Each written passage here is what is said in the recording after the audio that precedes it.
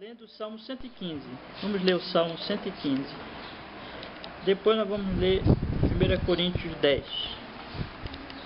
Um trecho de 1 Coríntios 10. Nós vamos iniciar lendo o Salmo 115.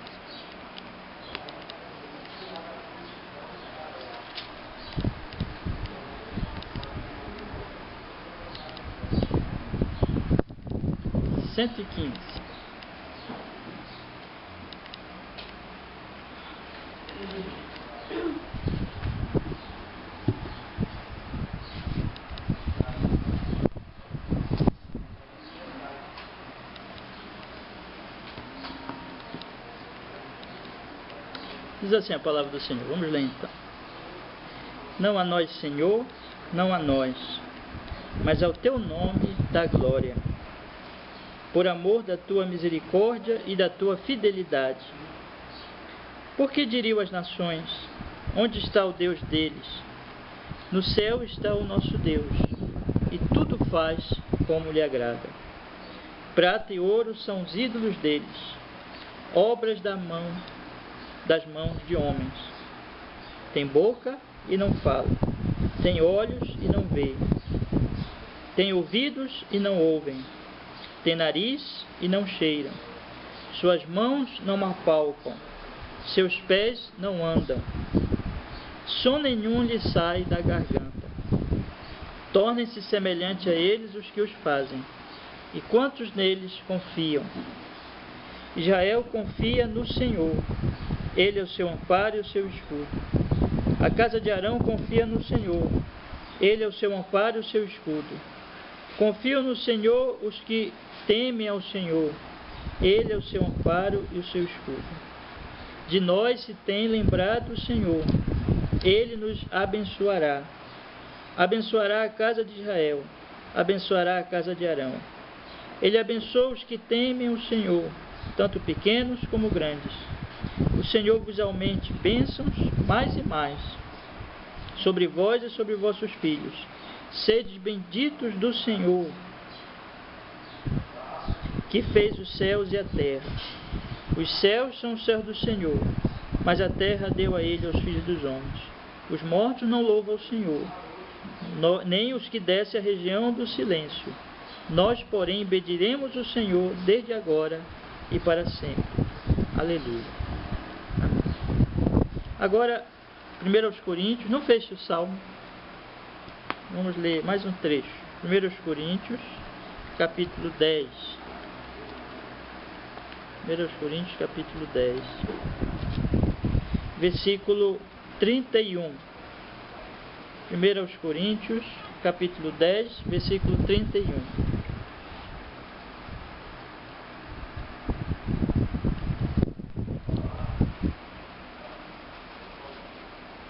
Amém?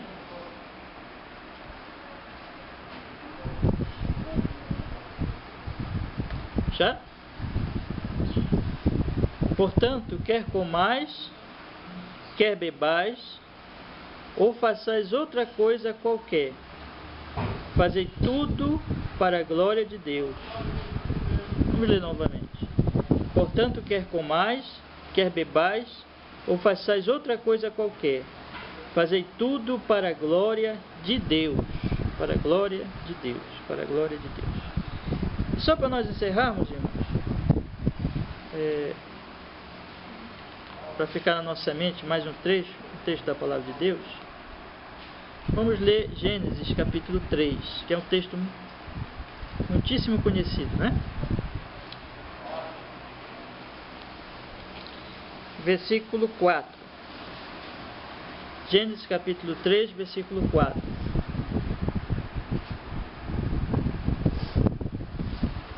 Já? Vamos ler então. Então a serpente disse à mulher: é certo que não morrereis, porque Deus sabe que no dia em que dele comerdes, se vos abrirão os olhos, e como Deus sereis conhecedores do bem e do mal. Bem e do mal. Amém. Agora eu lembrei de mais um trecho que eu quero ler com você, lá em Daniel. Se vocês deixarem aberto todos os textos, só o Salmo e o 1 Coríntios. Eu estou lendo para a gente ter algumas subsídios bíblicos, né? Nós vamos falar nessa manhã. Daniel, profeta Daniel.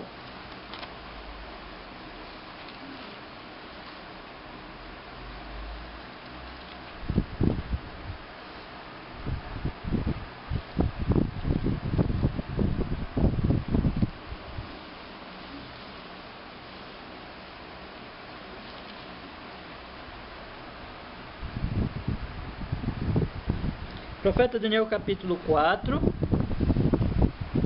versículo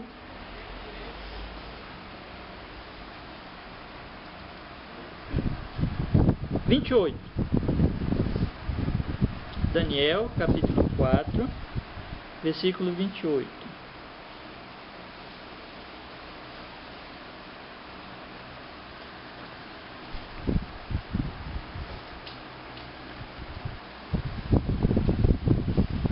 Bem, vamos ler então.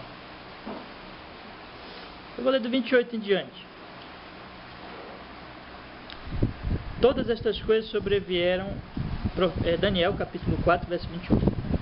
Todas estas coisas sobrevieram ao rei Nabucodonosor.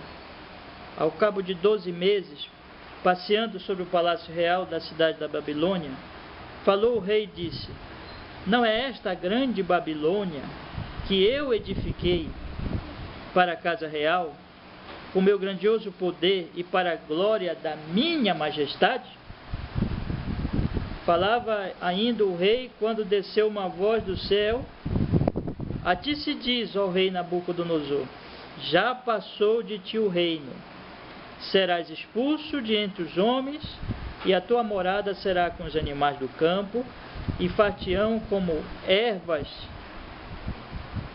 e far-te-ão comer ervas como os bois, e passar-se-ão 7 tempos por cima de ti, até que aprendas que o Altíssimo tem domínio sobre os reinos dos homens e o dá a quem quer.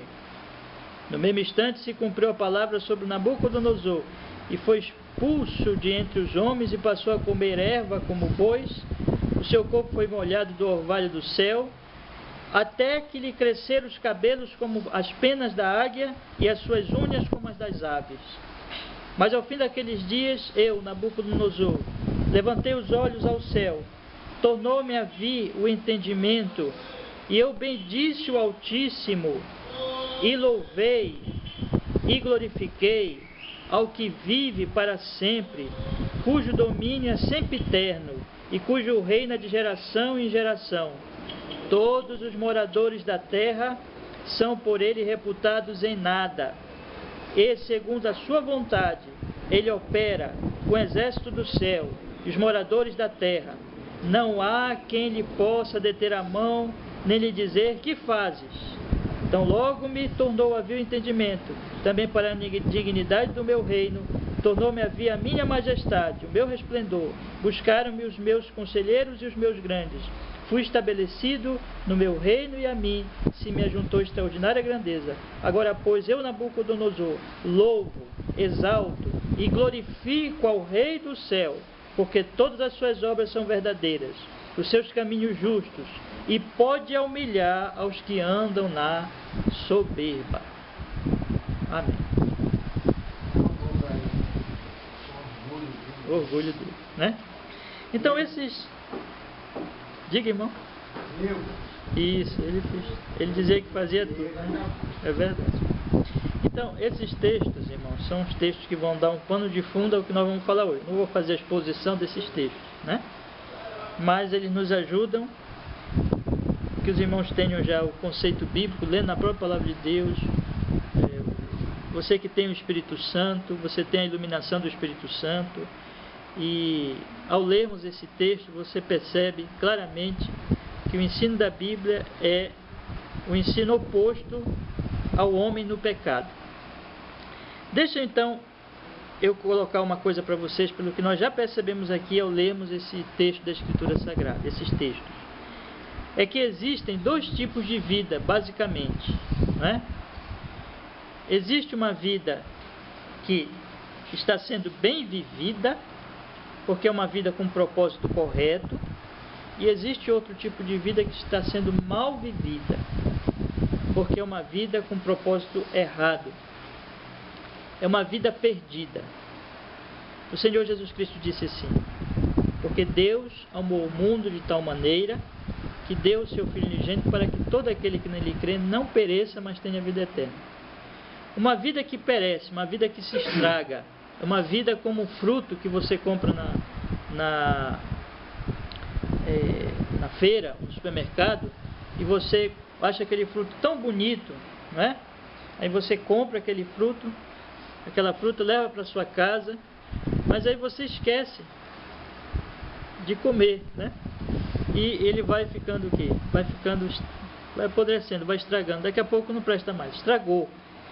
Não tem mais o que fazer a não ser jogar fora, né? E às vezes você olha assim aquele fruto e fica com pena. Por que eu não comi? Por que eu não dei para alguém? Por que eu não deixei acontecer isso? Um fruto tão bonito, podia ter alimentado alguém da minha família ou outra pessoa, e eu deixei estragar, né? Se nós ficamos com pena de um fruto, o que dizer de uma vida humana? O que dizer de um ser humano quando se estraga? Hoje, meus irmãos, uma enorme quantidade de pessoas vai ser jogada no inferno hoje. São 9h44 da manhã aqui no meu relógio, né? Antes da meia-noite, mas muitas pessoas serão jogadas no inferno hoje ainda. Estão vivas agora e estarão no inferno antes de encerrar esse dia. A vida delas está sendo vivida como esse fruto que estragou. Elas estão perdendo a sua vida, elas estão perdendo a sua vida. Meus irmãos, eu queria que cada um de vocês pensasse: a sua vida está sendo bem vivida ou a sua vida está sendo perdida? Não é? O mundo, ele tem proposto muitas coisas para vocês como título de vida bem vivida, uma verdadeira vida. A proposta da serpente lá no Jardim do Éden foi: deixem Deus e vocês então serão felizes, viverão bem, serão como Deus, conhecedores do bem e do mal. E hoje o mundo faz a mesma proposta para vocês jovens, para vocês crianças, para vocês adultos, para todos nós. O mundo faz a mesma proposta, Satanás tem a mesma proposta, a nossa própria natureza pecaminosa tem a mesma proposta daquela época, para que nós não sirvamos a Deus, porque Deus é um empecilho, Deus é um problema, e nós devemos abandonar Deus. Deus, ele não satisfaz. Deus, ele é um pedra de tropeço para o nosso desenvolvimento, para a nossa alegria. O mundo diz para nós que o que nós estamos fazendo aqui hoje é completa perda de tempo, num domingo, né? O mundo diz que esse conceito do dia do Senhor, o mundo mesmo nem conhece, nem sabe mais o que é isso. E o conceito do dia do Senhor é um dia que não existe para eles. É um dia de comércio, é um dia de praia, é um dia de piscina, é um dia de diversão. É um dia que as pessoas, quando elas olham para nós aqui no culto, elas dizem assim: vocês estão perdendo tempo, vocês podiam estar numa praia, aproveitando o domingo, né? Aproveitando o sol, nem está tão sol assim, mas aproveitando o tempo, e vocês podiam aproveitar, mas vocês estão aqui orando, lendo a Bíblia, esse livro velho, esse livro antigo. Vocês jovens, é dito a vocês assim: olha, curtam a vida, cedam aos desejos de vocês. É dito a vocês assim: vocês querem ser felizes? Busquem os seus sonhos, busquem o que vocês querem. Então o mundo dá muitas propostas de vida, mas a Bíblia resume a verdadeira vida da seguinte maneira: ela diz assim: viva para a glória de Deus. É aquilo que o apóstolo Paulo diz aqui em 1 Coríntios capítulo 10. 1 Coríntios capítulo 10, no versículo 31. Portanto, quer comais, quer bebais, ou façais outra coisa qualquer, fazei tudo para a glória de Deus. A Bíblia diz que a vida bem vivida é isso aqui. Quer eu coma, quer eu beba, quer eu faça qualquer outra coisa. Toda e qualquer outra coisa, que seja para a glória de Deus. Essa é a vida bem vivida. Essa é a vida que Jesus Cristo diz: não será estragada, não vai se perder, não é um fruto estragado. Mas a pessoa está vivendo para um propósito para o qual ela foi criada. Deus a criou e Deus a criou para a sua glória. Deus é o único Deus, é o Ser Supremo, é o Criador e o mantenedor de todas as coisas, e a pessoa que vive para a glória de Deus é uma pessoa que, evidentemente, ela está vivendo para o qual ela devia viver, para o propósito o qual ela tem realmente que viver. Essa pessoa não está perdendo a sua vida. Então, vocês jovens, vocês crianças, vocês irmãos, todos vocês, pensem muito nisso, não perca a sua vida. Vocês são tentados o tempo todo pelo mundo vil, pecador, humanista, anti-Deus, de que nós estamos perdendo tempo. Mas não se iluda com isso. Viver para a glória de Deus é a verdadeira vida, é a verdadeira felicidade. Como o Salmo diz, não a nós, Senhor, não a nós, Senhor, mas é o teu nome da glória. E mostra o absurdo de não servir ao Senhor.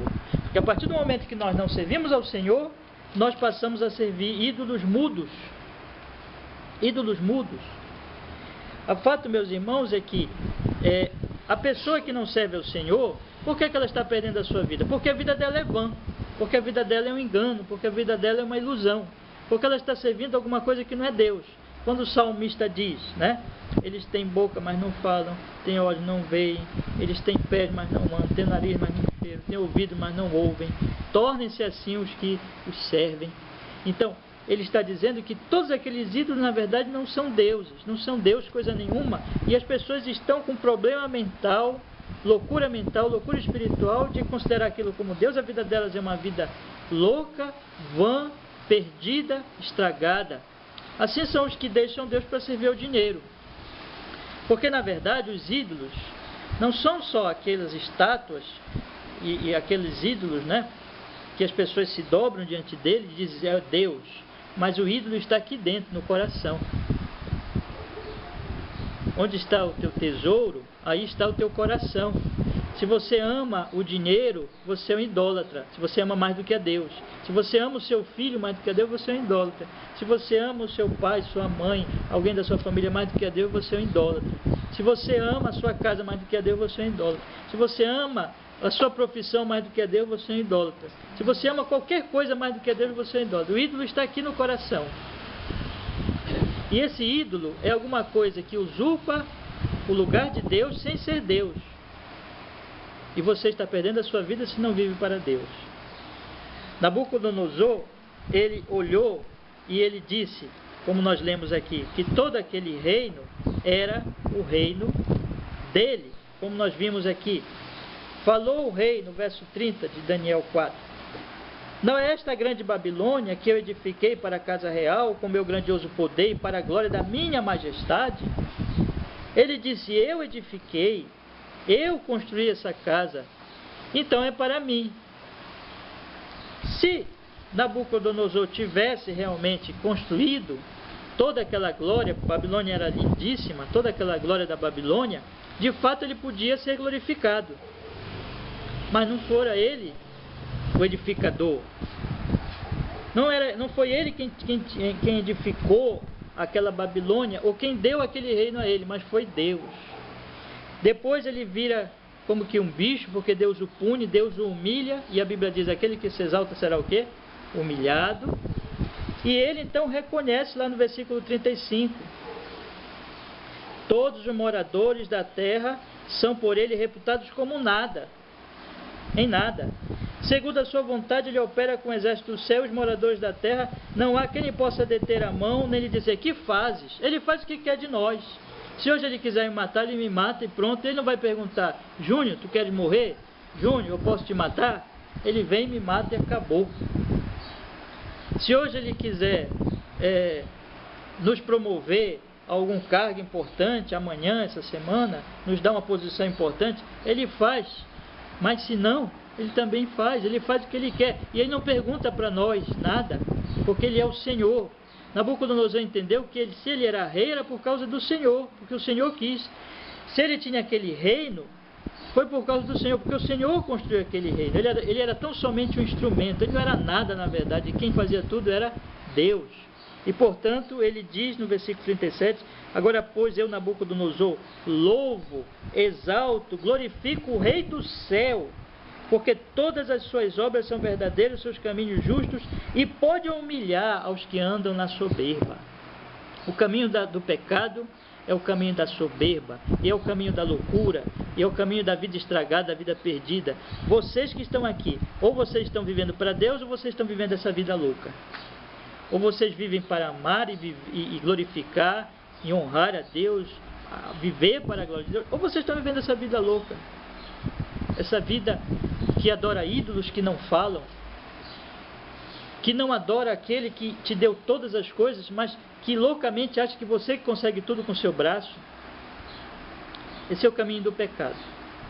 Irmãos, isso chega no cristianismo, porque existem duas versões do cristianismo. Existe uma versão do cristianismo verdadeira, bíblica, que é o que nós podemos chamar de fato de cristianismo, e existe outra versão de um cristianismo falso, um cristianismo copiado, cristianismo pirata, usando uma linguagem da tecnologia, né? Muito usada na tecnologia. As pessoas pegam aí, põem coisas piratas na internet, os outros vão baixando sem autorização, sem que o dono saiba, sem que o dono tenha distribuído, e aquilo é falsificado, né? E às vezes aquilo vem com algum prejuízo grave, vem com vírus, alguma coisa assim. Então, existe um cristianismo verdadeiro e existe o cristianismo falso. O cristianismo verdadeiro é o cristianismo que Deus é o Senhor, Cristo é o único Salvador, e toda a glória é a Trindade, ao Deus Pai, ao Deus Filho e ao Deus Espírito Santo, e os cristãos genuínos e verdadeiros vivem para a glória dele, porque é ele que salva, é ele que faz todas as obras. O cristianismo falso é aquele cristianismo em que se diz que adora a Deus, se diz que glorifica a Deus, mas no final das contas, o homem quer satisfazer os seus desejos pecaminosos, quer ser o Senhor e quer mandar em Deus. Em vez de ele se submeter a Deus, ele quer que Deus se submeta a ele. Esse é o cristianismo da maioria dos ditos cristãos, infelizmente. Esse é o cristianismo católico romano, que criou uma religião humanista, e esse é o cristianismo dito evangélico, moderno, que também criou uma religião humanista, onde os homens estão no centro e Deus os serve. Deus vive para eles. Onde conceitos humanistas, como por exemplo de autoestima, que o que importa é você ter autoconfiança, confiar em você mesmo. Ora, tinha uma pessoa com maior autoestima aqui na Nabucodonosor, né? Um homem era cheio de autoestima, né? O homem olhava para a vida e dizia assim: eu fiz isso, eu fiz aquilo, né? Confiança própria, um altíssimo conceito de si mesmo, como se fosse uma grande pessoa. Então o cristianismo hoje é esse cristianismo que ele incentiva esse conceito mundano do homem como poderoso, do homem como que pode, do homem como que consegue as coisas por si mesmo, e que Deus tem que satisfazer as suas necessidades. Eles dizem que têm fé em Deus, mas eles têm fé num Deus que é empregado deles. No final das contas, Deus tem que servir a eles. Isso não é fé verdadeira, não é fé bíblica. Esse é o cristianismo que está, irmãos, na moda, que está por aí nas chamadas igrejas evangélicas. Esse é o cristianismo dos pastores que proclamam vitória às pessoas, que dizem assim: vocês podem conseguir o que vocês querem, vocês podem conseguir o que vocês desejam, vocês podem conseguir o sonho de vocês. Mas essa é a proposta de quem? Da serpente. Essa é a proposta de Nabucodonosor antes de ser humilhado. Essa proposta é anti-Salmo 115. Não a nós, Senhor, não a nós, Senhor, mas ao teu nome é a glória. É o homem sendo glorificado. Essa é a proposta antes 1 Coríntios 10.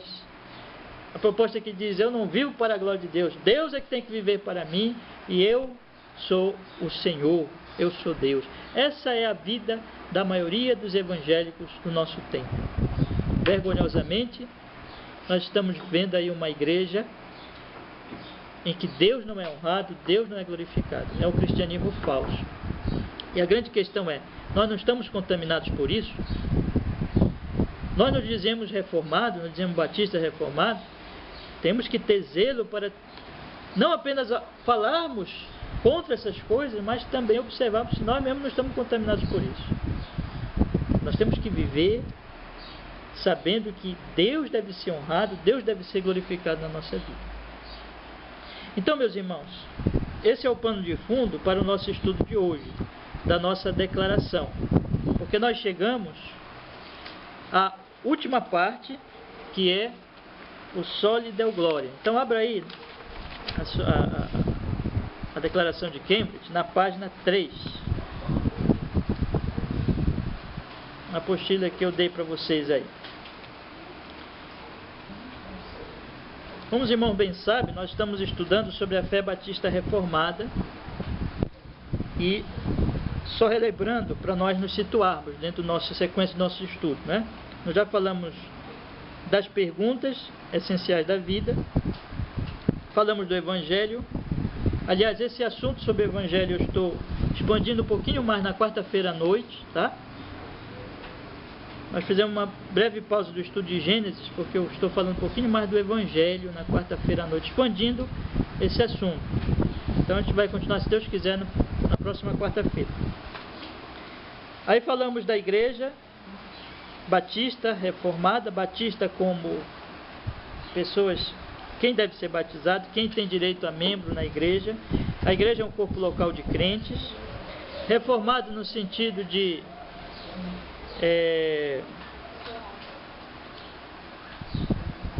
histórico-teológico, e também no sentido de estar retornando sempre à Bíblia. E aí começamos a falar das nossas referências doutrinárias, né?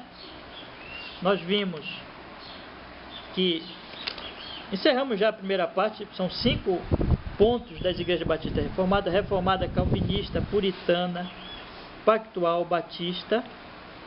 E nós completamos o primeiro ponto, reformado. Mas eu estou lendo essa declaração de Cambridge porque é uma declaração que aplica os 5 solas da reforma, os 5 lemas da reforma, né? Sola Escritura, Solus Christi, Sola Gratia, Sola Fide, Soli Deo Gloria, na situação da igreja evangélica do nosso tempo.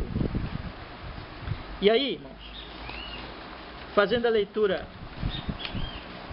da nossa declaração, eu vou só ler rapidamente, fazer assim uma leitura dinâmica, para que nós possamos relembrar o que nós já estudamos até aqui dentro da declaração de Cambridge, né? As igrejas evangélicas de hoje estão cada vez mais dominadas pelo espírito deste século, em vez de pelo espírito de Cristo. Como evangélicos, nós nos convocamos a nos arrepender desse pecado e a recuperar a fé cristã histórica. No decurso da história, as palavras mudam. Na época atual, isso aconteceu com a palavra evangélico. No passado, ela serviu como elo de união entre cristãos de uma diversidade ampla de tradições eclesiásticas.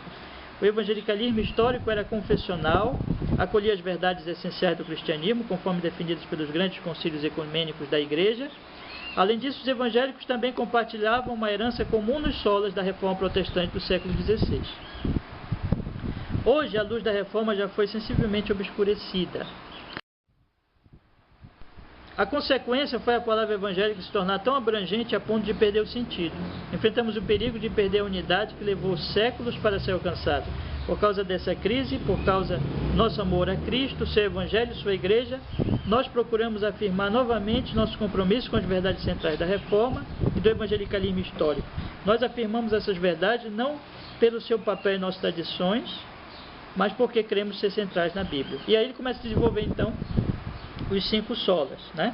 Então, o problema básico do evangelicalismo moderno é secularismo. O mundo entrou na igreja e eles abandonaram o sentido de ser evangélico verdadeiro, que é aquele grupo de cristãos, né? Movimento cristão que defende a verdadeira doutrina evangélica do Evangelho, e que foi enfatizado nos concílios e nos solas da reforma protestante do século XVI. Sola Escritura, erosão da autoridade. Para nós ganharmos tempo, não vou ler tudinho, a gente ganhar tempo, né? Mas a erosão da autoridade, quer dizer, tudo começa aqui. Abandonaram a Bíblia e trocaram a autoridade, e passou-se a agradar as pessoas para encher a igreja. Questão do marketing. Lá na página 2, a tese é: reafirmamos, tese primeira, só da Escritura, reafirmamos a Escritura inerrante como nossa como fonte única de revelação divina, escrita única para constranger a consciência. A Bíblia sozinha ensina tudo o que é necessário para a nossa salvação do pecado e é o padrão pelo qual todo comportamento cristão deve ser avaliado. Negamos qualquer credo, concílio ou indivíduo possa constranger a consciência de um crente que o Espírito Santo fale independente de ou contrariando o que está exposto na Bíblia, ou que a experiência pessoal possa ser veículo de revelação. O grande problema hoje é a experiência pessoal. Abandonando o solo Escritura, eles abandonaram o solo Cristo, né? Solo Cristo, que é a erosão da fé centrada em Cristo. À medida que a fé evangélica se secularizou, seus interesses se confundiram com os da cultura. O resultado é uma perda de valores absolutos, individualismo permissivo, a substituição da santidade pela integridade, do arrependimento pela recuperação, da verdade pela intuição, da fé pelo sentimento, da providência pelo acaso, da esperança duradoura pela gratificação imediata. Cristo e sua cruz se deslocaram do centro de nossa vida. Eles deixaram a verdadeira necessidade, que é a questão de resolver o meu problema com Deus, passaram a abordar outras necessidades, que na verdade nem são assim tão importantes, primordiais, né? E aí Cristo perdeu o sentido, né? Perdeu o valor. Solo Cristo. Reafirmamos que nossa salvação é realizada unicamente pela obra mediatória de Cristo histórico. Lá no outro parágrafo, negamos que o Evangelho esteja sendo pregado se a obra substitutiva de Cristo não estiver sendo declarada e a fé em Cristo, sua obra, não estiver sendo invocada. Sola gratia, erosão do Evangelho. Essa parte é que os homens deixaram de confiar na graça de Deus e passaram a confiar na capacidade humana. E aí também perverteram o sentido do Evangelho, fazendo isso. E sola fide, já na página 3, a erosão do artigo primordial. Quando os homens, então, eles passaram, a igreja passou a pregar um Evangelho não ofensivo, não é? Porque queriam agradar aos homens. E aí a doutrina da justificação pela fé foi abandonada.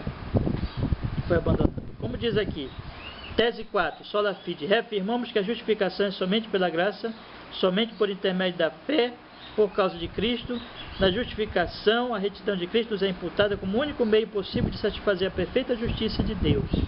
Negamos que a justificação se baseie em qualquer mérito que em nós possa ser achado, ou com base numa infusão de justiça de Cristo em nós, ou que uma instrução que reivindique ser igreja, mas negue ou condene o sola fide, possa ser reconhecida como igreja legítima.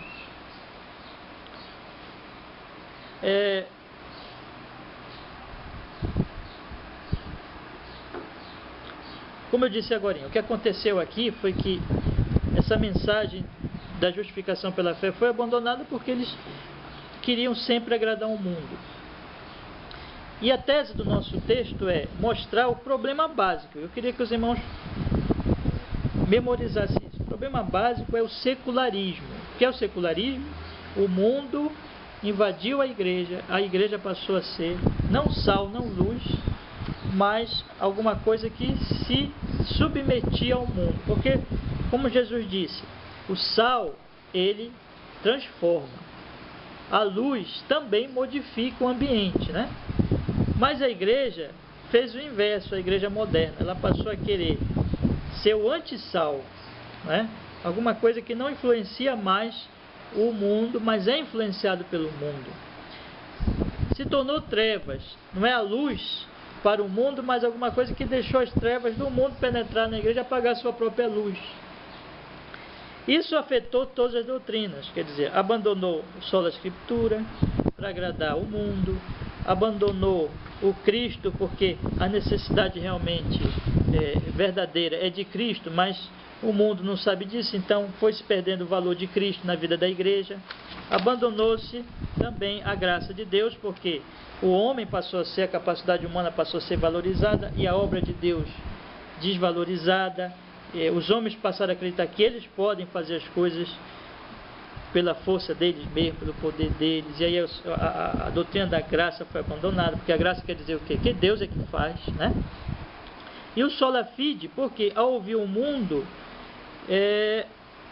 eles passaram a pregar uma mensagem que não ofendesse o mundo, e a justificação pela fé ofende o homem que quer ser o bonzão, quer ser o tal, que não quer aceitar que se Deus não salvar, ele não vai ser salvo, porque ele não tem justiça própria, né? Como diz aqui, A justificação é somente pela graça, somente pelo intermédio da fé, somente por causa de Cristo. Este artigo é o artigo pelo qual a igreja se sustenta ou cai. É um artigo muitas vezes ignorado, distorcido ou por vezes até negado por líderes, estudiosos, pastores e profetas evangélicos. Embora a natureza humana decaída sempre tenha recuado de professar sua necessidade, a justiça e vontade de Cristo, a modernidade alimenta as chamas desse descontentamento com o evangelho bíblico. Já permitimos que esse descontentamento dite a natureza do nosso ministério e o conteúdo de nossa pregação. Então, o mundo não gosta dessa mensagem. Como a igreja está ouvindo muito o mundo, a igreja também deixou de pregar essa mensagem. Irmãos, é uma coisa assim impressionante. Só para a gente fechar esse ponto, para passar para o outro lado, sobre a glória de Deus. Quando você ouve... Aliás, quando você ouvia os antigos pregadores do Evangelho, você percebia que eles queriam falar para as pessoas da sua necessidade real, que era acertar as contas com Deus. O pecado as afastava de Deus, Deus estava ofendido, irado com elas, e eles vinham como mensageiros do Evangelho, né, falar da ira de Deus com toda a clareza e chamar os homens para o arrependimento e a fé em Cristo. Antes de chamar os homens para o arrependimento e a fé em Cristo, eles apresentavam Cristo, né, como o Salvador do problema deles, que era o pecado. À medida que a igreja foi querendo agradar ao mundo, a igreja começou a pregar uma mensagem diferente. Hoje os pregadores, o que é que eles fazem? Em vez de eles falarem assim, eles começam a dizer para as pessoas o quê? Você está doente? Você está triste? Você está oprimido? Venha para Jesus Cristo, e Jesus Cristo vai solucionar o seu problema. A mensagem mudou, entendeu? Quer dizer, não fala mais da necessidade real, fala da necessidade percebida pelo próprio pecador. O pecador, ele percebe que a necessidade dele é de ser curado. Ele está doente, ele quer ser o quê? Curado. Ele está infeliz, ele quer ser o quê? Feliz. Ele está pobre, ele quer ser o quê? Rico, ele quer melhorar de vida, ele quer viver bem. Ele está com uma família destruída, ele quer que a família dele seja reconstruída. Por exemplo, ele tem um filho viciado em drogas, ele quer que o filho dele saia das drogas. Ele imagina que o problema dele seja o quê? A doença, seja a miséria, seja a família que está sendo destruída, as drogas. Mas o problema é esse? O problema é esse? Não. Isso só é um efeito colateral do verdadeiro problema. Isso é uma consequência do verdadeiro problema. Qual é o verdadeiro problema dele? Pecado, não é? Mas os pregadores modernos, eles não falam mais claramente sobre o pecado. Por quê? Porque eles não querem mais pregar uma mensagem necessária, mas é uma mensagem que eles chamariam de relevante para o homem. Uma mensagem que tem importância para o homem. Só que, meus irmãos, o que tem importância para o homem não é o que tem importância de fato, porque o homem está o quê? Cego. Entendeu? Você não vai perguntar para um cego a cor de uma camisa. Você não vai perguntar para um cego se ele já viu se ele está vendo o seu rosto. O cego não vê a cor das coisas, não consegue ver o seu rosto. Ele não tem uma visão da realidade em volta dele, física, né? Ele pode tatear, ele pode pegar as coisas, mas se ele tocar nas coisas, ele não vai saber a cor das coisas. A gente não consegue saber a cor de uma coisa tocando nelas, não é? Então tem situações que a visão ela é essencial. Então a Bíblia diz que o pecador ele está cego para a realidade. Logo, ele não consegue ver a sua real necessidade. A real necessidade dele não é saúde física, é ele ser curado espiritualmente, ele ter paz com Deus. Não é ficar rico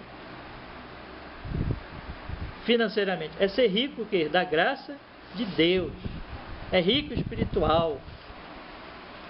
Não é livrar o filho dele da droga, é que ele seja convertido e o filho também seja convertido. Porque é possível que a pessoa saia da droga e vá para o inferno. Porque o fato de uma pessoa deixar a droga, deixar o vício da droga, ou pelo menos deixar, né, a prática de usar aquela droga, não quer dizer que ela está salva, não quer dizer que ela já foi redimida por Cristo, né? É possível que a pessoa, pela sua força moral, pela sua dedicação àquilo que ela quer, ela consiga até uma coisa dessa, se livrar de um vício. Mas isso não quer dizer que ela está salva, não é verdade? Eu deixei de fumar, eu deixei de beber, eu deixei de ir em festa. Todo fim de semana eu ia em festa. Agora eu deixei de fazer isso. Já estou salvo por causa disso? Não quer dizer que a pessoa seja salva. Por quê? Porque a pessoa pode deixar essas coisas sem crer em Jesus como seu Salvador. Ela pode deixar de fumar, de beber, de fazer. Ela pode ter uma mudança de algumas práticas da vida dela e ainda assim não ser convertida. Quer dizer, se a igreja achar que ela é como que um tratamento de drogados e só isso, ela não está cumprindo a sua função verdadeira, que é pregar o Evangelho. A pessoa vem para a igreja, vamos dizer, e devido àquelas pregações motivacionais e aquilo que se faz, muitas vezes ela deixar a droga, bom, ela terá sido beneficiada, com certeza. Deixar a droga é uma grande coisa, mas não terá sido tratado o problema dela principal. E muita gente está indo na igreja porque quer que a sua família seja restaurada nesse sentido, que o filho seja liberto de um vício, alguma coisa assim, mas ele não quer deixar o pecado na sua essência. Ele não quer crer em Jesus Cristo, se arrepender do seu pecado realmente. Ele quer usar a igreja como se fosse apenas um posto médico, onde ele vai lá, resolve aquele problema específico e resolveu, tá bom, tá resolvido. Mas Jesus mesmo ele não quer.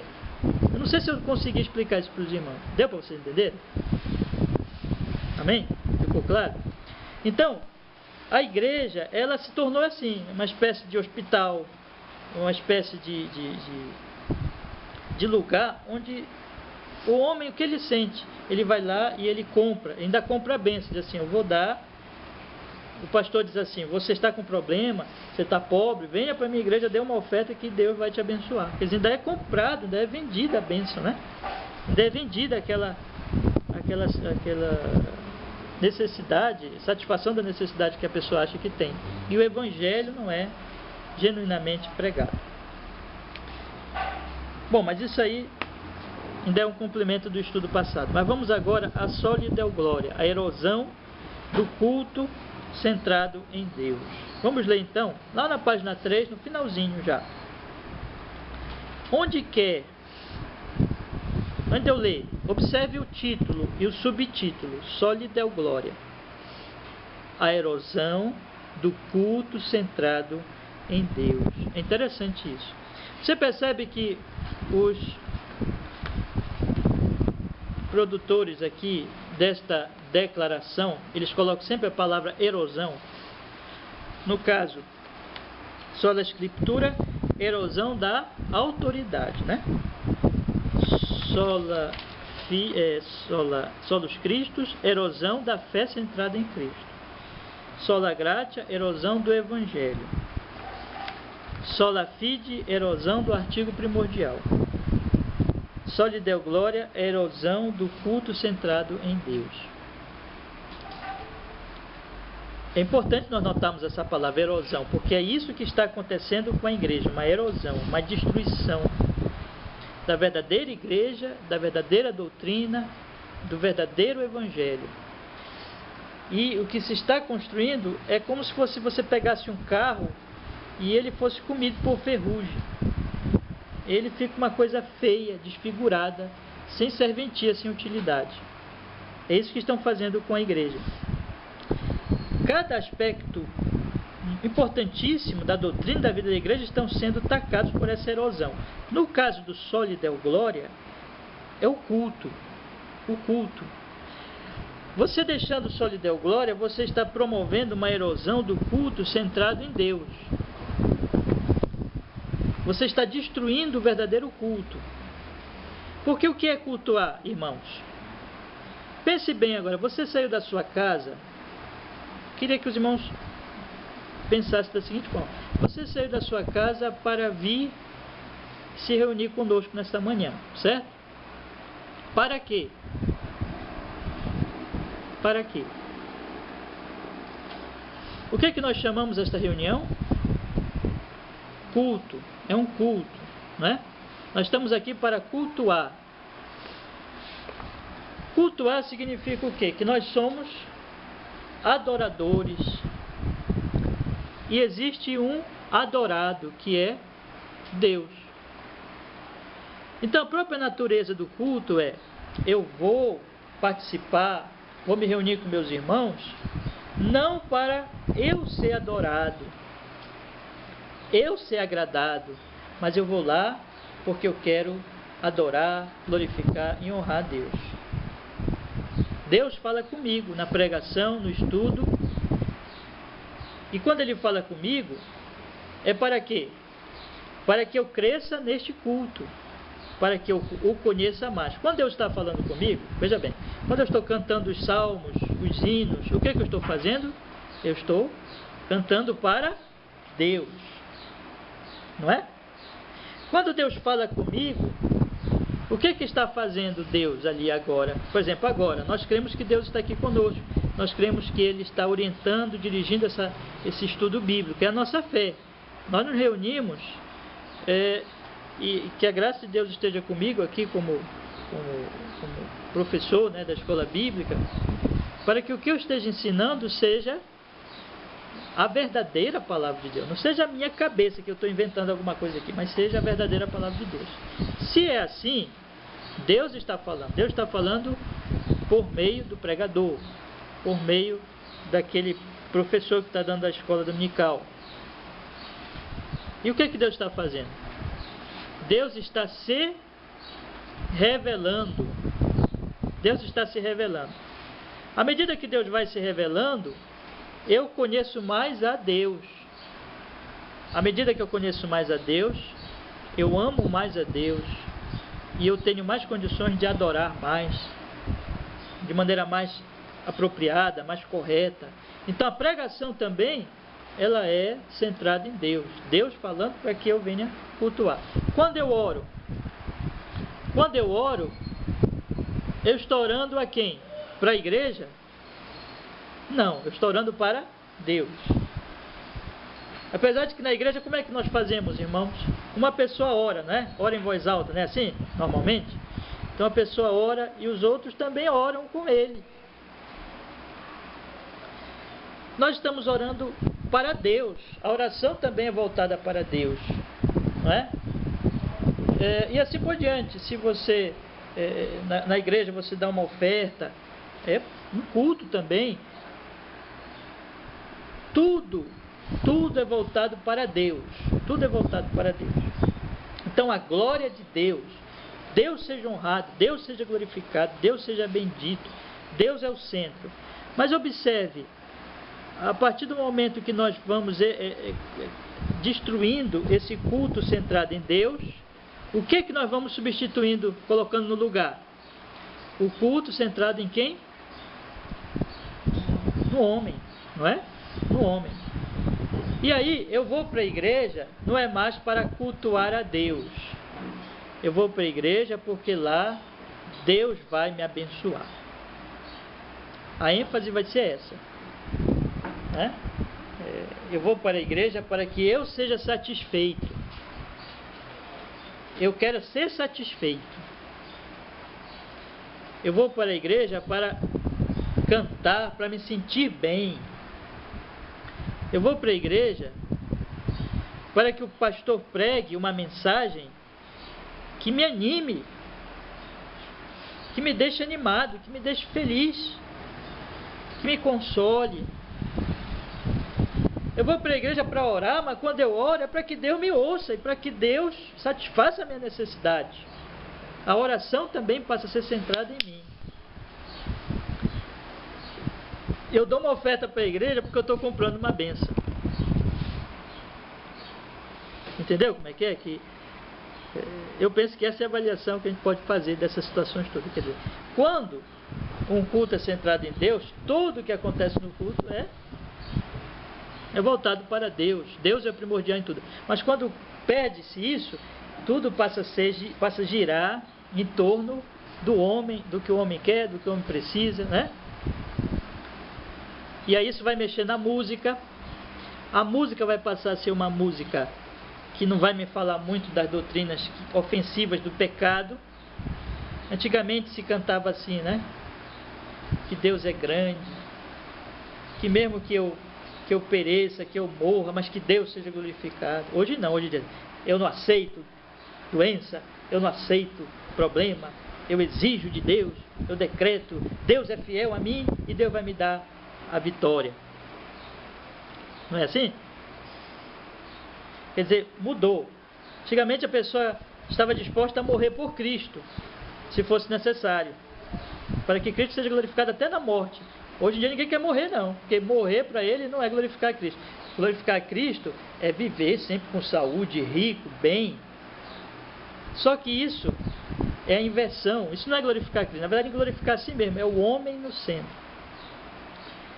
E aí, você cantar louvores a Deus com respeito, com solenidade, com seriedade, cantar a Deus passa a ser chato. Porque o que a pessoa quer é aquela mesma coisa de alguém que se senta para assistir um filme de televisão. Quando a pessoa vai assistir um filme, ela se senta na sua poltrona, confortavelmente, mais confortavelmente possível, né? E ela se senta e ela quer assistir um filme que ela gosta, que venha lhe entreter, que venha lhe fazer passar o tempo com prazer. Então a pessoa também quer vir na igreja para que ali faça-se uma apresentação teatral. Aí vai passar o quê? Aquele culto simples de cantar louvores, de pregar, passa a ser monótono, chato, ninguém quer mais. Aí quer o quê? Quer um culto cheio de luzes. A igreja vira já uma espécie de boate, já tem igreja que já é preparada para esse boate, né? Casa de show, né? O púlpito é colocado assim para um lado, quando existe, o púlpito está ocupando um espaço ali, então ele tem que ser posto do lado, porque tem que ser feitas apresentações de grupos teatrais, de grupos coreográficos e assim por diante. Né? Exatamente. Por quê? Porque nós estamos indo para o culto para ser agradados. Os promotores do culto, os que planejam o culto, o pensamento deles não é o que nós vamos fazer para que Deus seja glorificado. O pensamento deles é o que nós vamos fazer para encher essa igreja hoje e para que as pessoas voltem depois, porque vão ficar muito satisfeitos. Quer dizer, é a erosão. Quando você abandona o Soli Deo Glória, você produz a erosão do culto centrado em Deus e você passa a colocar o homem no lugar. Tá bom? Então nosso texto diz assim, vamos ler: onde quer que na igreja se tenha perdido a autoridade da Bíblia, onde Cristo tenha sido colocado de lado, o Evangelho tenha sido distorcido ou a fé pervertida, sempre foi por uma mesma razão: nossos interesses substituíram os de Deus e nós estamos fazendo o trabalho dele a nosso modo. É interessante isso, não é? Então ele finaliza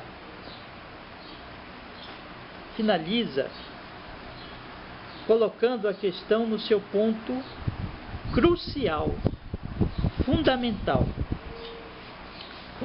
Na verdade, o que ele está dizendo aqui nessa primeira frase é o seguinte: eu queria que os irmãos captassem bem essa ideia, porque isso é importantíssimo. A partir do momento que você abandona a Bíblia Sagrada, você abandona Cristo, você abandona o Evangelho, você abandona a fé verdadeira, o que está produzindo esse abandono, na verdade, sabe o que é? Sabe o que é? É aquele desejo de ser agradado. Você quer ser agradado. Você quer ser o centro. E aí você não se submete à palavra de Deus, à lei de Deus. Tudo começa por aí. Bom, a Bíblia, ela é uma autoridade que me impõe a vontade de Deus. É uma coisa que vem de fora. É autoridade que não vem de mim, não está em mim. Ela vem de fora e ela me impõe. Mas tudo começa então, é que aqui, nesse ponto, é que eu acho isso uma intromissão. Eu acho que isso Deus está se intrometendo na minha vida. Deus não tem que fazer isso. Eu quero ser Deus. Nabucodonosor, eu fiz isso, eu fiz aquilo, então eu. Então, eu quero ser agradado. E então eu rejeito a palavra de Deus. Não é? A gente vê muito isso nos ditos evangélicos hoje. Eles dizem que creem na Bíblia, não é? Todo evangélico não diz que crê na Bíblia? Mas quando você chega com a Bíblia e você diz assim, a Bíblia diz isso, ele diz assim, não, mas eu não acho assim. Eu acho que você está errado, porque você está sendo muito radical, né? Não é por aí, não é assim. A minha igreja não faz assim. Nós não cremos assim. No final das contas, por que a pessoa está rejeitando a palavra de Deus? É porque ela quer as coisas do jeito dela. Não é verdade? Então tudo começa por aí. Aí vai rejeitar também Cristo, porque Cristo também vem da Escritura, vem de Deus, então eles não querem mais Cristo. A fé eles acham errada, aquela fé, aquele Cristo do Evangelho, então eles rejeitam tudo. Guardem isso. Nossos interesses substituíram os de Deus. Nós estamos fazendo o trabalho dele a nosso modo. Eu vou falar essa frase 3 vezes. E à medida que eu falo, os irmãos pensem nela, tá bom? Primeiro. Nossos interesses substituíram os de Deus e nós estamos fazendo o trabalho dele a nosso modo. Vamos falar de novo a frase. Pense nela. Nossos interesses substituíram os de Deus e nós estamos fazendo o trabalho dele a nosso modo. Mais uma vez. Nossos interesses substituíram os de Deus. Nós estamos fazendo o trabalho dele a nosso modo. Aqui está a raiz pecaminosa de todo o problema. Autonomia. O homem quer ser Deus. O homem não quer se submeter a Deus. Por isso ele rejeita todos os solas. Você lembra que eu já preguei aqui que os solas são contra o humanismo, o homem no centro. Lembra que eu falei isso aqui já? Pois bem, quando o homem põe-se no centro, os solas são abandonados. A perda da centralidade de Deus na vida da igreja de hoje é comum e lamentável. E essa perda que nos permite transformar o culto, olha só, em entretenimento, a pregação do Evangelho em marketing, o crer em técnica, o ser bom em sentir-se bem, sentindo-os bem, e a fidelidade em ser bem sucedido. Como resultado, Deus, Cristo e a Bíblia vêm significando muito pouco para nós e têm um peso irrelevante sobre nós. Como nós queremos ser agradados, os evangélicos hoje querem ser agradados, o que acontece então? Há a perda da centralidade em Deus. Isso vai transformar o culto. Como eu acabei de falar para os irmãos agora, eu dei exemplo aqui, procurei dar exemplo. O culto centrado em Deus é um culto para Deus. Mas quando eu deixo a centralidade de Deus, eu passo a fazer um culto para mim, para eu ser agradado. O culto vira lazer. Lazer. Eu vou para a igreja como quem vai no cinema. Eu vou na igreja como quem vai no teatro. Eu vou à igreja como quem vai assistir um filme de televisão. A igreja vira um lazer. A igreja vira um entretenimento. O culto, melhor dizendo, né? Vira um entretenimento, vira um lazer. Porque eu quero ser agradado. Eu quero me divertir, ou eu quero ser satisfeito nas minhas necessidades, né? A pregação também é transformada. Deus não é mais o centro, quer dizer, a pregação o que é? É Deus vindo falar comigo e dizendo assim: arrependa-se, converta-se, creia no Evangelho, né? Corrija a sua vida. Mas como Deus não é mais o centro, eu sou o centro, a pregação do Evangelho ela é transformada em marketing. O que é isso, irmãos? O Evangelho ele não é marketing, ele não é uma propaganda dos marqueteiros, né? O marqueteiro é quem que quer alcançar um público, para que esse público compre muito produto que ele está vendendo. Ele pode estar vendendo uma televisão, ele pode estar vendendo, faz propaganda de uma loja, ele pode estar vendendo um político, né, na campanha política. Então ele quer conquistar. Como é que ele conquista? E não pode falar uma palavra, fazer uma pregação ofensiva, não é? Se ele for ofensivo, ele não vai conquistar, ele vai assustar as pessoas. As pessoas vão sair correndo, não quero saber disso. Mas ele tem então que falar alguma coisa que agrade. Então a pregação virou o quê? Marketing. Tem que agradar as pessoas. Tem que falar de cura divina, de prosperidade. Essas são as ênfases. Autoestima, você é o bom, você é o homem, você é o tal, você vai conseguir. Então são pregações que agradam, lotam igrejas, arrebatam multidões, como propaganda faz, atrai multidões. Também você vai transformar o crer. Lembra que eu falei semana passada que eles não creem no Espírito Santo? Eles dizem que creem no Espírito Santo, mas não creem?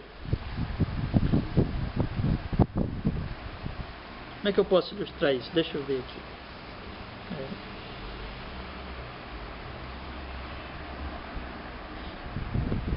Por exemplo, nós não podemos ressuscitar um morto, defunto. Tem alguém que pode? Deus, exatamente. A Bíblia não diz que os pecadores são como defuntos, estão mortos? Então eu tenho que pregar crendo em quem? Crendo na minha técnica ou crendo em Deus? Crendo em Deus. Mas a partir do momento que Deus não é mais o centro, aí eu não creio mais nele. Então, o que eu faço? Eu uso técnicas para alcançar o meu objetivo, que é encher a igreja. Encher a igreja. Então, eu já não confio mais em Deus. Eu já não confio mais no poder de Deus. Eu nem mesmo creio na doutrina da depravação total, né? De que os homens estão mortos. Eu acho que os homens estão um pouquinho vivos, estão meio desmaiados, né? Então basta eu fazer alguma coisa para atrair as pessoas, levá-las a uma decisão por Cristo e pronto, está todo mundo salvo.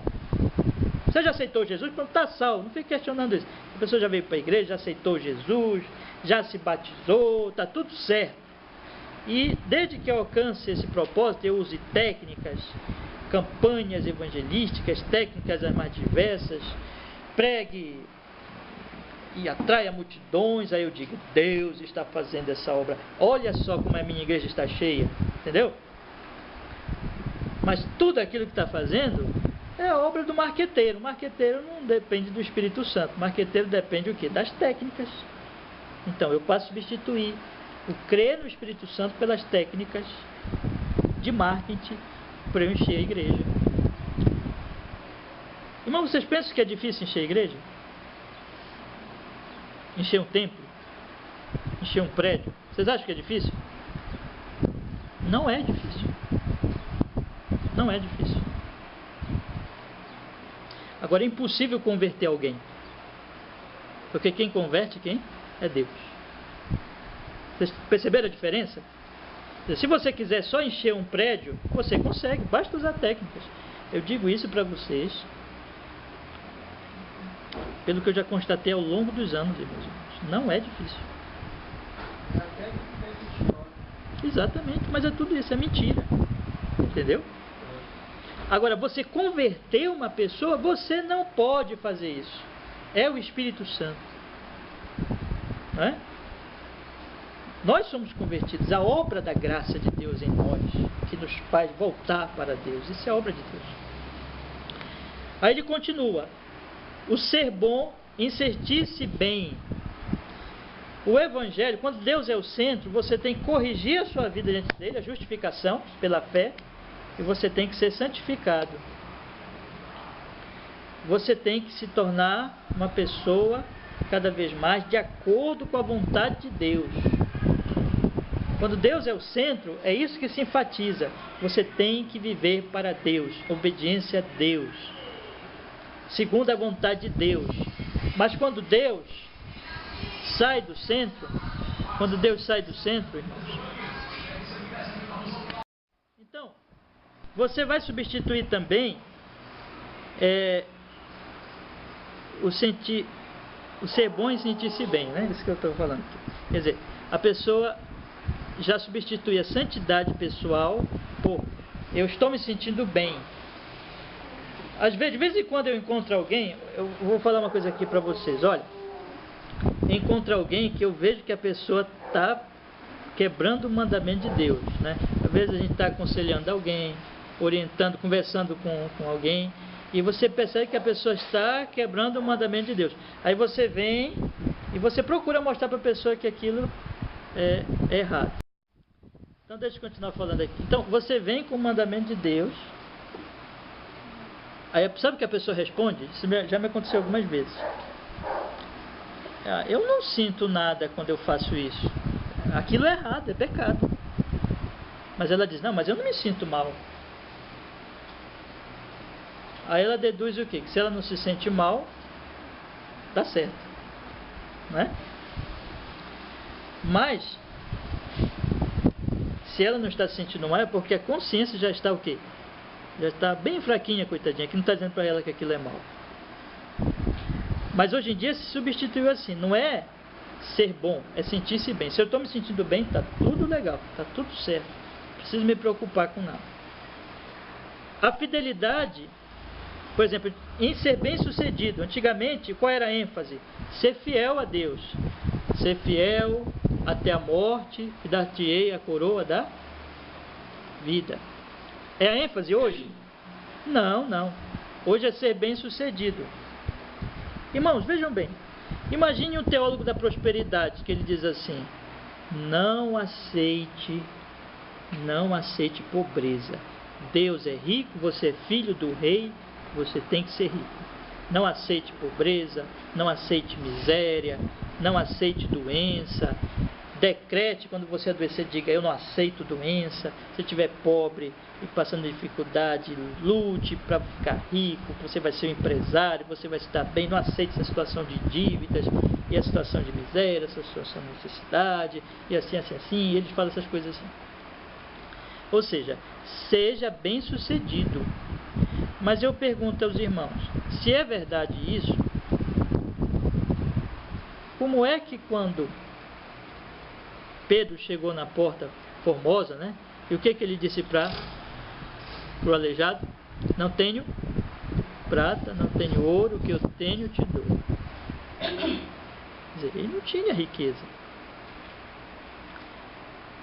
E como foi que os apóstolos morreram? Martirizados.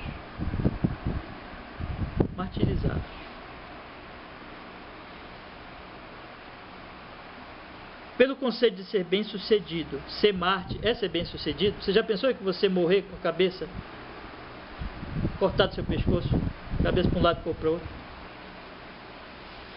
Já pensou você morrer crucificado? Já pensou morrer comido por leões? Não é verdade? Já pensou morrer dessa forma, se tornar um mártir?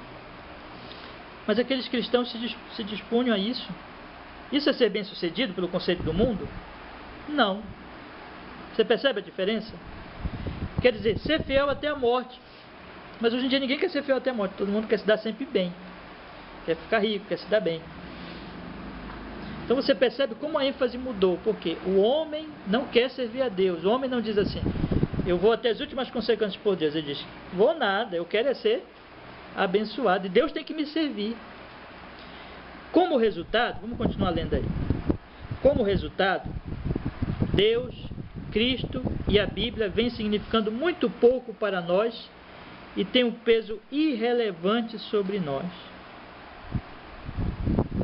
Isso que acontece. Deus passa a não significar nada, Cristo também, a Bíblia, nada, e o que importa é o que eu quero, o que importa é eu ser agradável. Qual é a resposta da declaração de Cambridge? Essa aqui.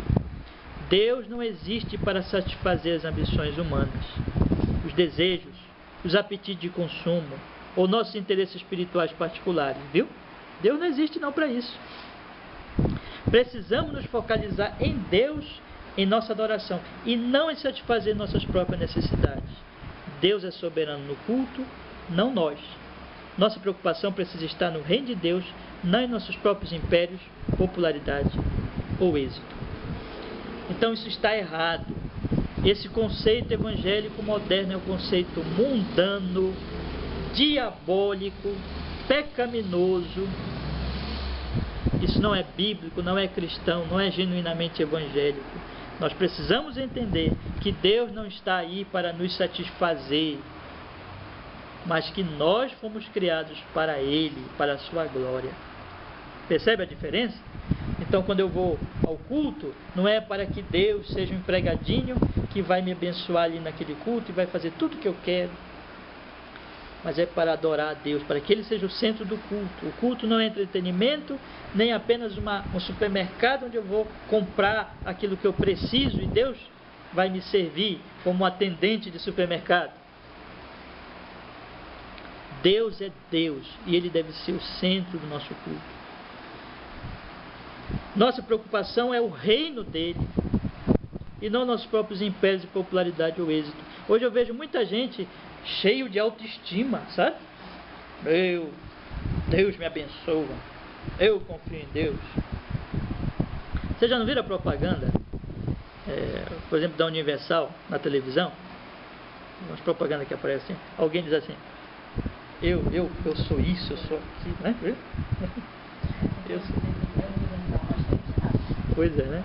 Aí diz, eu sou isso, eu sou aquilo outro, eu sou universal. Ele fala das conquistas dele, não é isso? Ele conseguiu uma empresa, ou sei lá o que, ele fala tudo que ele conseguiu. Ou seja, é cada um construindo o seu impériozinho, sabe? O seu reinozinho. E dizendo que Deus está abençoando. Isso está errado, gente. Nós não estamos aqui para construir nossos impériozinhos, nossos reinozinhos, nossa popularidadezinha, nosso êxitozinho e dizer, que coisa grande, mas que coisa mais mesquinha e absurda. Nós estamos aqui para que o reino de Deus seja construído, Deus seja honrado, Deus seja glorificado. Percebe a diferença? É isso que tem que ser feito, é isso que tem que ser entendido. Mas esse é um problema dessa Universal? Não. A Universal é só um exemplo, mas está todas aí essas igrejas evangélicas.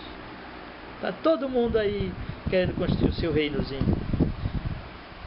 Deus é o centro e nós estamos aqui para preocupados com o reino de Deus, com a edificação do reino de Deus. Vamos então ler a tese para nós encerrarmos hoje. Tese 5, sólida é glória. Reafirmamos que como a salvação é de Deus e realizada por Deus, ela é para a glória de Deus e devemos glorificá-lo sempre. Devemos viver nossa vida inteira perante a face de Deus, sob a autoridade de Deus e para a sua glória somente. Negamos que possamos apropriadamente glorificar Deus se o nosso culto for confundido com entretenimento, se negligenciarmos ou a lei ou o evangelho em nossa pregação, ou se permitirmos que o afeiçoamento próprio, a autoestima, a autorrealização se tornem opções alternativas ao evangelho. Então, irmãos, o que nós defendemos? Qual é a nossa tese? Qual é a nossa doutrina? Qual é a nossa pregação? Qual é a nossa proclamação? É o seguinte: Deus nos salvou. Glória a Ele. Deus é Deus. Devemos viver perante a face dEle, humilhados, para a glória dele. Cada dia, aquilo que Paulo falou, comendo, bebendo, fazendo qualquer outra coisa, tudo façam para a glória de Deus, porque Ele é Deus. E isso não vai acontecer, isso não acontece se nós quisermos ser satisfeitos. Nós negamos que isso esteja acontecendo se o culto virar um entretenimento. Não está acontecendo a glória de Deus. Deus não está sendo glorificado se o culto é um entretenimento. Não, não, não. Também Deus não está sendo glorificado se nós abandonarmos a pregação da lei para agradarmos a vontade do mundo ímpio e pecador. Dizer para todo mundo assim: venha, venha, venha que Deus vai abençoar você. Isso é mentira. Uma pessoa que diz para um pecador ímpio não convertido que Deus está com muita vontade de abençoá-lo é um falso profeta. Porque Deus não está com vontade de abençoar pecador, coisa nenhuma. Deus está irado com ele. Ele é um maldito. Ele está debaixo da maldição de Deus, não é da bênção de Deus, não. Precisamos mostrar a maldição da lei. Precisamos mostrar que a lei o condena. Não podemos deixar de mostrar a verdade da lei. Então, ao mostrarmos a verdade da lei, mostrarmos também a boa nova do Evangelho. Cristo é o Salvador. Mas, se nós não pregarmos a lei, também vamos abandonar o Evangelho. Ou se nós abandonarmos a lei sem o Evangelho, será o quê? Legalismo. Ou se nós pregarmos o Evangelho sem a lei, será o quê? Será aquilo que nós chamamos de anti-lei. É o Evangelho da graça barata. Ah, Jesus vai salvar todo mundo no pecado, sem importar o que a pessoa continue fazendo. Isso é falso também. Nós temos que pregar o Evangelho e a lei, ambos. Ou se também não estaremos glorificando a Deus se permitirmos que o aperfeiçoamento próprio, a autoestima, a autorrealização se tornem opções alternativas ao Evangelho. Quando o homem é o centro, deixa-se de pregar o Evangelho que humilha o homem, que humilha o Nabucodonosor, nós lemos, e faz com que o homem se sinta o Nabucodonosor que diga: olhem o meu reino, eu construí. É igual a propaganda que está aí na Universal. Vocês veem? Eu sou universal, eu fiz isso, eu fiz aquilo, eu. Não. Esse Evangelho da autoestima, esse Evangelho da autoconfiança, da autorrealização, do pensar de si mesmo lá em cima, eu sou bom. Isso não é Evangelho. É porque o Evangelho humilha. O Evangelho faz o Nabucodonosor dizer: ele faz o que ele quer e ele não pergunta nada para ninguém. Ele salva se ele quer. Ele não tem obrigação de te salvar. A salvação é pela graça. E se ele te salvou, a glória seja dada a ele. Você é um pecador miserável, totalmente dependente da misericórdia, da bondade, da graça de Deus. Essa é a resposta, meus irmãos. Amém? Então, semana que vem, com a graça do bom Deus, nós vamos fazer a Santa Ceia, né? O culto da Santa Ceia. Então, eu não vou falar desse estudo. Aí, na outra semana, a gente encerra com um chamado ao arrependimento da reforma. Então, não esqueça de trazer a declaração no domingo, sem ser domingo que vem, no outro domingo. Tá bom? Porque nós vamos ler ainda para fechar este assunto. Vamos orar, meus irmãos, a Deus. Amado Deus, muito obrigado pela tua preciosa palavra. Dá, Senhor, a tua bendita graça para que todos que ouçam a tua palavra, tanto aqui, principalmente aqui os presentes agora na pregação, no estudo, como os que vierem ouvir também depois, Senhor, sejam edificados, sejam fortalecidos, sejam convertidos, sejam santificados e passem a viver uma vida centrada em Deus, para a glória de Deus. Eu queria encerrar, irmãos, que assim seja, Senhor, em nome de Jesus. Amém. Eu queria encerrar, irmãos, essa mensagem colocando para vocês o seguinte: não perca a sua vida, mas viva a sua vida para a glória de Deus. Amém? Bom?